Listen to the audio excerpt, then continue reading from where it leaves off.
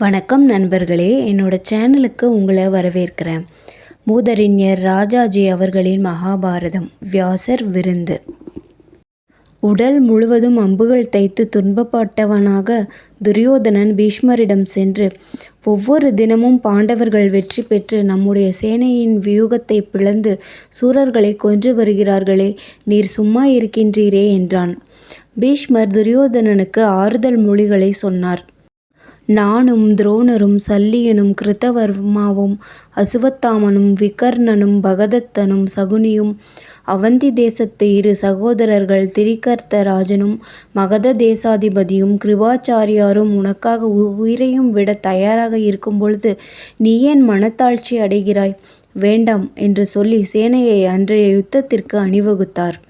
இதோ பார், ஆயிரக்கணக்கான ரதங்களும் குதிரைகளும் குதிரை வீரர்களும் சிறந்த யானைகளும் அநேக தேசத்திலிருந்து வந்து ஆயுதம் எடுத்து நிற்கும் காலாட்படைகளும் கொண்ட இந்த சேனையை வைத்து கொண்ட தேவர்களையும் ஜெயிக்க முடியும். பயப்பட வேண்டாம் என்று சொல்லி துரியோதனனுக்கு காயங்களை நீக்கும் சிறந்த ஔஷதத்தை தந்தார். அவன் அதை தன் தேகத்தில் பூசிக்கொண்டு அம்பு கொத்திய காயங்களை எல்லாம் நீக்கிக் கொண்டு தைரியமாகவும் உற்சாகமாகவும் யுத்தத்திற்கு சென்றான். அன்று கௌரவப்படை மண்டல வியூகமாக அணிவகுக்கப்பட்டது. ஒவ்வொரு யானைக்கு பக்கத்தில் 7 தேர்களும் ஒவ்வொரு தேருக்கு துணையாக 7 குதிரை வீரர்களும் ஒவ்வொரு குதிரை வீரனுக்கு துணையாக 10 வில்லாள்களும் வில்லாளி ஒருவனுக்கும் 10 கேடயக்காரனுக்கும் காப்பாகவும் நின்றார்கள். எல்லா வீரர்களும் நல்ல கவசம் போன்றிருந்தார்கள். அந்த பெருஞ்சேனையின் மத்தியில் தேரின் மேல் நின்று துரியோதனன் இந்திரன் போல் விளங்கினான். யுதிஷ்டிரன் பாண்டவ சேனையை வஜ்ர வியூகமாக அணிவகுத்தார். அன்று நடந்த யுத்தத்தில் அநேக முனைகளில் பெரும் போர் நடைபெற்றது. அர்ஜுனனுடைய தாக்குதலை பீஷ்மரே எதிர்த்தார். மற்றொரு முனையில் துரோணரும் விராடனும் ஒருவரை ஒருவர் எதிர்த்து போரிட்டனர். வேறொரு முனையில் சிகண்டிக்கும் அஸ்வத்தாமனுக்கும் பெரும் யுத்தம் நிகழ்ந்தது. மற்றொரு இடத்தில் துரியோதனனும் திருஷ்டத்யும்னனும் கை கலந்தார்கள். நகுல சகாதேவர்களும் தங்கள் மாமன் சல்லியனை தாக்கினார்கள். அவந்தி தேச ராஜாக்கள் யுதாமன்யுவை எதிர்த்தார்கள். பீமசேனன் கிருதவர்மா சித்திரசேனன் விகர்ணன் துர்மசன் இவர்களையெல்லாம் எதிர்த்தான். கடோத்கஜனுக்கும் பகதத்தனுக்கும் பெரும் போர் மற்றொரு முனையில் நிகழ்ந்தது. வேறொரு இடத்தில் அலம்பசன் சாத்தியகையை எதிர்த்தான். பூரிசிரவஸ் திருஷ்டகேதுவை எதிர்த்தான். யுதிஷ்டிரன் சுருதாயுவை எதிர்த்தான். கேசிதானன் கிருபரை மற்றொரு முனையில் எதிர்த்தான். துரோணருக்கும் விராடனுக்கும் நடந்த யுத்தத்தில் விராடன் தோற்று தன் தேரையும் சாரதியையும் குதிரையையும் இழந்து தன் புத்திரன் சங்கனுடைய ரதத்தில் ஏறினான். விராடனுடைய புத்திரர்கள் உத்திரனும் ஸ்வேதனும் முதல் நாள் யுத்தத்திலேயே மாண்டார்கள். 7வது நாளில் சங்கனும் தகப்பனார் அருகில் உயிர் நீத்தான்.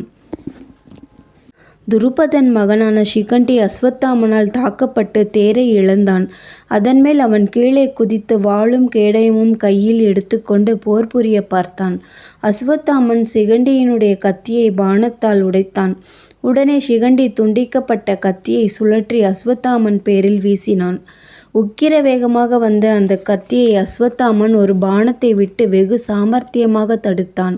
மிகவும் அடிபட்ட சிகண்டி சாத்தியகியின் தேரில் ஏறி விலகினான். சாத்தியகிக்கும் ராட்சசனான அலம்பசனுக்கும் நடந்த யுத்தத்தில் முதலில் சாத்தியகி பலமாக அடிக்கப்பட்டான். ஆனால் முடிவில் அலம்பசன் தோற்று புறங்காட்டி ஓடினான். திருஷ்டத்யும்னனால் தாக்கப்பட்ட துரியோதனன் தேர் குதிரைகளை இழந்தான்.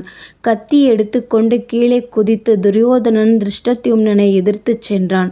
அச்சமயம் சகுனி வந்து அரசனை தன் ரதத்தில் ஏற்றிக்கொண்டு போய்விட்டான். கிருதவர்மன் பீமனை பலமாக தாக்கினான். ஆனால் தோல்வியுற்றான். உடல் நிறைய அம்புகள் பாய்ந்து கிருதவர்மன் முள்ளம்பன்றி போல் விளங்கியவனாய் குதிரைகளையும் தேரையும் இழந்து தோல்வியை ஒப்புக்கொண்டு சகுனியின் தேரை நோக்கி ஓடினான்.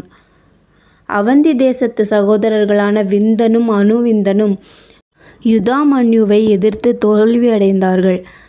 அவர்களுடைய படையும் நாசம் செய்யப்பட்டது. பகதத்தன் யானை ஏறி கடோத்கஜனை எதிர்த்து பெரும் வெற்றி அடைந்தான். கூட இருந்த வீரர்களும் படையாட்களும் புறங்காட்டி ஓடிவிட்டார்கள். கடோத்கஜன் ஒருவன் மட்டும் நின்று பகதத்தனை எதிர்த்தான். கடும் போர் நடந்தது. முடிவில் கடோத்கஜன் பெரும் தோல்வியுற்று களத்தினின்று தப்பியோடினான். கௌரவ சேனை மகிழ்ச்சி அடைந்தது. சல்லியனுக்கும் அவன் சகோதரியின் மக்கள் நகுல சகாதேவர்களுக்கும் நடந்த சண்டையில் நகுலனுடைய குதிரைகள் கொல்லப்பட்டன. உடனே நகுலன் சகாதேவனுடைய ரதத்தில் ஏறி இருவரும் ஒரு தேரிலிருந்து யுத்தம் புரிந்தார்கள். சகாதேவன் விடுத்த அம்பு சல்லியனை தாக்கி மூர்ச்சையடைய செய்தது. அதன்மேல் சாரதியானவன் சல்லியனுடைய ரதத்தை மெல்ல வேறிடம் கொண்டு போய்விட்டான். இவ்வாறு மத்திர தேசத்து ராஜன் புறங்காட்டி விலகியதை பார்த்து துரியோதனனுடைய சேனை தைரியம் இழந்தது. மாத்ரி புத்திரர்கள் சங்கங்களை ஊதிக்கொண்டு சல்லியனுடைய சேனையை நாசம் செய்தார்கள். மத்தியானத்தில் யுதிஷ்டன் ஸ்ருதாயுவை நோக்கி தேரைச் செலுத்தினான். தர்மபுத்திரன் தொடுத்த அம்புகளை ஸ்ருதாயுவானவன் சேதித்து 7 கூரிய அம்புகளை எய்து தர்மபுத்திரனுடைய கவசத்தை உடைத்து அவனை காயப்படுத்தினான். தர்மபுத்திரன் ஸ்ருதாயுவின் மார்பில் நன்றாக தைக்கும்படி ஒரு பாணத்தை செலுத்தினான். அன்று தர்மபுத்திரன் தன் இயற்கை மனநிலையை இழந்து கோபம் கொண்டு ஜொலித்தான் என்கிறார் வியாசர். முடிவில் தேரும் குதிரைகளும் சாரதியும் வீழ்த்தப்பட்டு சுருதாயு யுத்த களத்தை விட்டு ஓடினான். இது நிகழ்ந்ததும் துரியோதனனுடைய சைன்யம் முற்றிலும் தைரியம் இழந்து கலக்கமடைந்து விட்டது. குருபரை எதிர்த்த சேகிதானன் சாரதியையும் தேரையும் இழந்தான். அதன்பின் அவன் கதாயுதத்தை எடுத்து கொண்டு கீழே இறங்கி கிருபருடைய குதிரைகளையும் சாரதியையும் கொன்றான். கிருபரும் தேரை விட்டு இறங்கி தரையில் நின்று வில்லை வளைத்து அம்புகள் எய்தார். அவை சேதிதானனை மிகவும் துன்புறுத்தின. அதன்மேல் அவன் கதாயுதத்தை வீசி கிருபர் மேல் எறிந்தான். அதையும் அவர் தம் பாணத்தால் தடுத்து விட்டார். பிறகு சேதிதானன் கத்தியை வீசிக்கொண்டு அவர் மேல் பாய்ந்தான். அவரும் வில்லை எறிந்துவிட்டு கத்தியை எடுத்து கொண்டு நின்றார். இருவரும் கத்திச் சண்டையில் காயம்பட்டு பூமியில் விழுந்தார்கள். பீமசேனன் வந்து சேதிதானனை தன் தேரில் ஏற்றிச் சென்றான். அவ்வாறே சகுனியும் கிருபரை தன் தேரில் ஏற்றிச் சென்றான். திருஷ்டகேது பூரிசிரவசின் மேல் 96 பாணங்களை விட்டு அவன் மார்பில் பாயச் செய்தான். கிரகணங்களோடு ஜொலிக்கும் ஆதித்தனைப் போல பூரிசிரவஸ் தன் மார்பில் தைத்த பாணங்களுடன் பிரகாசித்தான்.